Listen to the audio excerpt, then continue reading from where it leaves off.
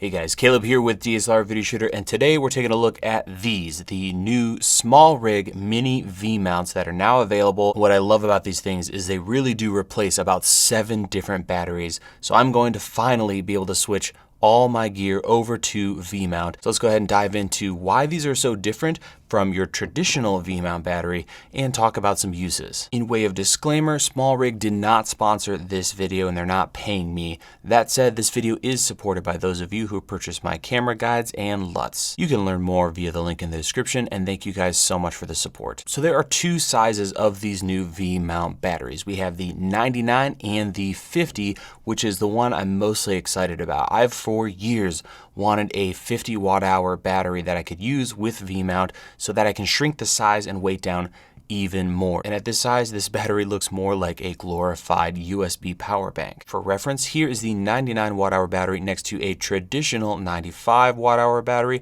As you can see, pretty huge difference when it comes to the size. And here's a comparison with the 99 watt hour next to the Came TV 99 watt hour that I've been using for quite some time and really like. You can see the SmallRig battery is slightly larger, but you gain a ton of functionality, and that's why I am primarily making the switch from these Came TV batteries to these new SmallRig ones. And the main difference is going to be what's at the top of the battery. Underneath a rubber cover, you will find 2 DC barrels, one for 8 volts, one for 12 volts, along with a USB Type A and USB Type C. On the side of the battery, we have a D-tap, and then of course we have the traditional V-mount lock on the back, V-mount plate, and BP connection for use with battery plates and other chargers. Another little detail I appreciate on these batteries is that the V-mount attachment point also has 3/8 and 1/4 20 threads, so you can mount this up outside of the V-mount system. So just with this battery, you have all the connections you need to power your gear. You can power your camera directly from the battery. You can power lights using those DC barrel connectors, and the USB connections are great because they support power delivery,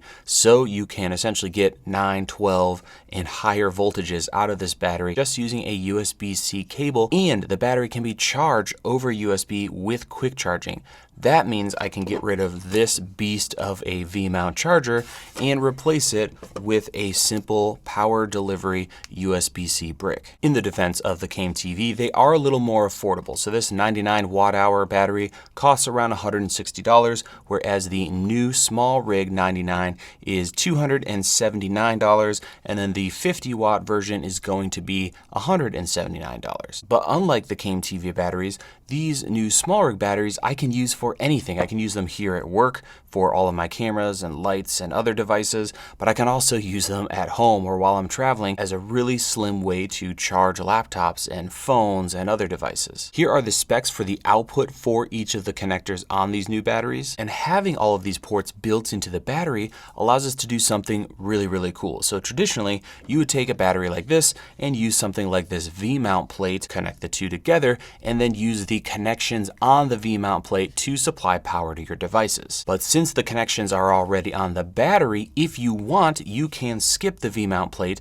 and get something like these cute little V-mount accessories that can mount to pretty much anything. They're way more affordable since it's just a piece of metal that attaches to a V-mount battery. And from there, you can mount your battery to anything. They even make a little clamp V-mount, so if you just want to attach it to a light stand, you can do so very easily. And since these batteries are so light, you can also use them with one of these V-mount to MPF adapters. These have a V-mount attachment on one side and a dummy MPF on the other, allowing you to mount them to cameras, monitors, lights, and more. So really cool little accessory. So now I'm going to show you all the different devices I can now convert over to these batteries so I can have a single battery power all of my devices. So the first one is obviously a camera. I can take a dummy battery, plug it directly into the battery, connect it to my camera, and plug the other end directly into the 8-volt output. Now I've got my camera covered. Using those DC barrels and those USB connections, I can now power other devices like my audio recorder, lights, monitors, and so much more. And you can, of course, power more than one device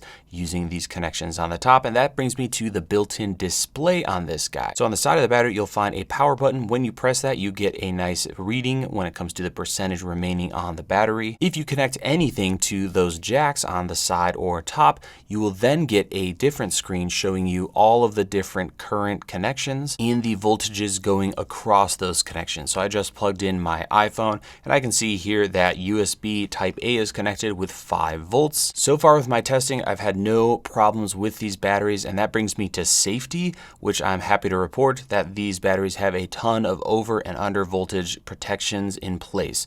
So if you apply a ridiculous amount of voltage to this or connect it to something that you definitely should not connect it to, it's going to turn off essentially. And all of that is covered in the really handy little manual that comes with the batteries. When in doubt, you can look on the back of the batteries to see what the specs are for each battery and the maximum amount of voltage and current per jack, as well as information on the power delivery. So far, all good things with these. There are only 2 downsides that I could come up with when testing these and using them in production, and that is that the flaps that come with them are not ideal. In a perfect world, these would be more like doors and not these silicone covers, because over time they just don't go back into place. So on this 50 watt-hour battery, the side D tap cover no longer stays in place, so it just kind of flops around, which is unfortunate. While I enjoy the aesthetics of the batteries, I do wish there wasn't as much glossy plastic all over them, because they just instantly get scratched up, and I don't really care about that, but I'd rather have V-mount batteries that are more rugged ready